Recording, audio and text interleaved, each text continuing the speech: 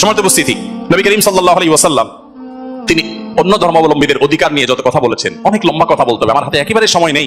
আমি শুধু এটুকু বলবো, আল্লাহ তাআলা কোরআনে কারিমে বলেছেন, লা ইয়ানহাকুমুল্লাহু আনিল লাযিনা লাম ইউকাতিলুকুম ফিদ-দীন ওয়া লাম ইখরিজুকুম মিন দিয়ারিকুম আন তাবাররুহুম ওয়া তুকসিতু ইলাইহিম ইন্নাল্লাহা ইউহিব্বুল মুহসিনিন। যে সমস্ত অন্য ধর্মাবলম্বীরা তোমাদেরকে তোমাদের দেশ থেকে বের করে দেয়নি, তোমাদের উপর কোনো যুদ্ধ চাপিয়ে দেয়নি, অর্থাৎ শান্তিপূর্ণ সহাবস্থান করছে, তাদের প্রতি সদাচরণ করতে আল্লাহ তোমাদেরকে নিষিদ্ধ করেনি না, বরং আল্লাহ তাআলা সদাচরণকারী, ন্যায়নিষ্ঠ আচরণকারীকে ভালোবাসেন। তার মানে সংখ্যালঘুদের প্রতি, অন্য ধর্মাবলম্বীদের প্রতি কোনো মুসলিম যদি সদাচরণ করে, এই লোক আল্লাহর ভালোবাসা পাবে। বাংলাদেশে মানুষ ধর্মপ্রাণ, এদেশে ওলামায়ে কেরাম দায়িত্বশীল। এই জন্য আমি প্রায় বলি, আমাদের আশেপাশে অন্য যে কোনো দেশের সংখ্যালঘুদের চাইতে আমাদের দেশের সংখ্যালঘুরা আলহামদুলিল্লাহ অনেক ভালো আছে, সেজন্য আমরা অনেক হ্যাপি এবং সুখী। আমরা চাই তারা আরো ভালো থাকুক। আমাদের আশেপাশের বিভিন্ন দেশে বহু ধর্মীয় দাঙ্গা হয়েছে, শত শত মানুষ মারা গেছে। বাংলাদেশের আজও পর্যন্ত কখনোই ধর্মীয় দাঙ্গায় শত শত মানুষ তো দূরের কথা, ডজন ডজন মানুষ মারা গেছে, এমন কোনো ঘটনা কখনো শোনা।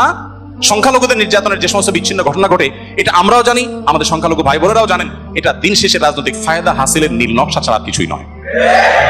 বাংলাদেশের সবচেয়ে বড় ধর্মীয় শিক্ষা প্রতিষ্ঠান হাটহাজারী মাদ্রাসা ঠিক গোল ঘেঁষে একটা মন্দির, আমি সেই মাদ্রাসার ছাত্র।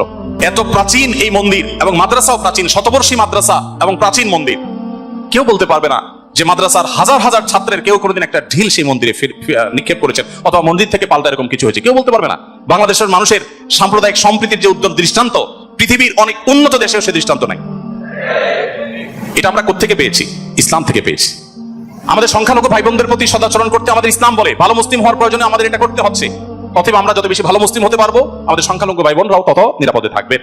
নবী সাল্লাল্লাহু আলাইহি ওয়াসাল্লাম বলেছেন, যেই ব্যক্তি কোনো অমুসলিম, যিনি মুসলিম ভূখণ্ডে বসবাস করার পারমিশন নিয়ে আসছেন, ধরুন বাইরে থেকে ভিসা নিয়ে আসছেন, অনুমোদিত তার বসবাসটা, এরকম কোন অন্য ধর্মাবলম্বীকে যদি কোনো মুসলমান হত্যা করে, এই মুসলমান এই হত্যার কারণে জান্নাত তো দূরের কথা, জান্নাতের ঘ্রাণও সে পাবে না।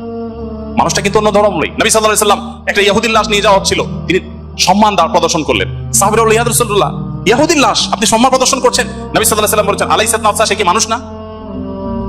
লোকটি ইহুদি হতে পারে কিন্তু তিনি মানুষ না। আব্দুল্লাহ ইবনে ওমর রাদিয়াল্লাহু আনহু বাসায় ছাগল জবে হয়েছে, তিনি বাহির থেকে এসে জিজ্ঞাসা করলেন, আহারেই তুম লিজারিনাল ইহুদি, আমাদের ইহুদি প্রতিবেশী বাসায় গোশত পাঠিয়েছো? বাসার লোকজন বলল, না তো।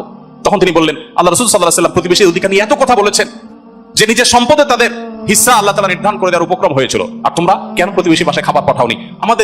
আমাদেরকে আরো ডেভেলপ করতে হবে। আমাদের আশেপাশে কোনো হিন্দু বসবাস করেন, আপনার পাশে ফ্ল্যাটে, পাশে বাড়িতে, আপনি কয়দিন তার বাসায় খাবার পাঠিয়েছেন, গিফট পাঠিয়েছেন, অথচ ইসলাম কিন্তু সেই নির্দেশ আমাদেরকে করে। যাই হোক, নবী করিম সাল্লাল্লাহু আলাইহি ওয়াসাল্লাম চতুষ্পদ জন্তু, পশু পাখির প্রতি তার যে দয়া ছিল, তারা দুর্বল, তারা অসহায়, তাদের পক্ষে নবী সাল্লাল্লাহু আলাইহি ওয়াসাল্লামের যে অবস্থান ছিল, একবার আপনারা জানেন বিখ্যাত হাদিস, নবী সাল্লাল্লাহু আলাইহি ওয়াসাল্লাম বলেছেন যে অনেক আগের একটি ঘটনা। এক লোক, তিনি যাচ্ছিলেন কোথাও পানি পান করার জন্য, কোন একটা কুয়াতে তিনি নেমেছেন, উঠে দেখতে পেলেন একটি কুকুর পিপাসায় সেরকম আশফোস করছে। তখন তিনি তার পোশাক খুলে পানিতে চুবিয়ে, সে পানির চিবিয়ে ওই কুকুরকে খাওয়ালেন। এই হাদিসটি দুই রকম আছে, একজন পুরুষের ক্ষেত্রে আছে, তিনি তার পায়ের মোজা খুলেছেন, একজন নারীর কথা আছে, তিনি তার ওড়না খুলে এই কাজটি করেছেন। ওই নারী ব্যভিচারিণী হওয়া সত্ত্বেও আল্লাহ তাআলা একটি প্রাণীর প্রতি এই ভালোবাসা, এই সম্প্রীতি দেখাবার জন্য তাকে মাফ এবং নাজাত দিয়ে দিয়েছেন। নবী সাল্লাল্লাহু আলাইহি ওয়াসাল্লাম বলেছেন যে এর বিপরীতে একজন নারী, আপনারা সেটাও শুনেছেন অনেকে, যে একটি ইবাদত গুজার একজন নারী একটি বিড়ালকে বেঁধে রেখেছিলেন এবং সেই বিড়ালকে বেঁধে রাখতে রাখতে এক পর্যায়ে না খেয়ে বিড়ালটি মারা গেছে, তাকে খাদ্য দেননি।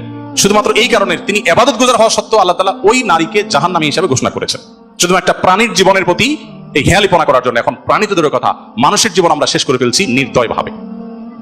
নবী করিম সাল্লাল্লাহু আলাইহি ওয়াসাল্লামের আরো হাদিস আমরা জানি, একটা পাখির দুটি বাচ্চাকে কেউ একজন ধরে নিয়ে গেলেন। নবী আলাইহিস সালাম যখন দেখলেন এই কাজটি কেউ করেছে, তখন বললেন যে কে কাজটি করেছো? তখন নবী করিম সাল্লাল্লাহু আলাইহি ওয়াসাল্লাম তাকে ডেকে বললেন, যাও, এই যে পাখি, মা পাখিটা সে ছটফট করছে, আমি দেখতে পাচ্ছি, এই বাচ্চাগুলোকে সেখানে রেখে আসো, এটা তোমার জন্য জায়েজ নাই, মা পাখির বাচ্চাগুলোকে তুমি ছিনিয়ে আনবে জাস্ট তোমার বিনোদনের জন্য। তখন নবী করিম সাল্লাল্লাহু আলাইহি ওয়াসাল্লাম ওই নির্দেশ সাহাবীকে করেছেন এবং ভৎসনা করেছেন এই কাজটি করবার জন্য।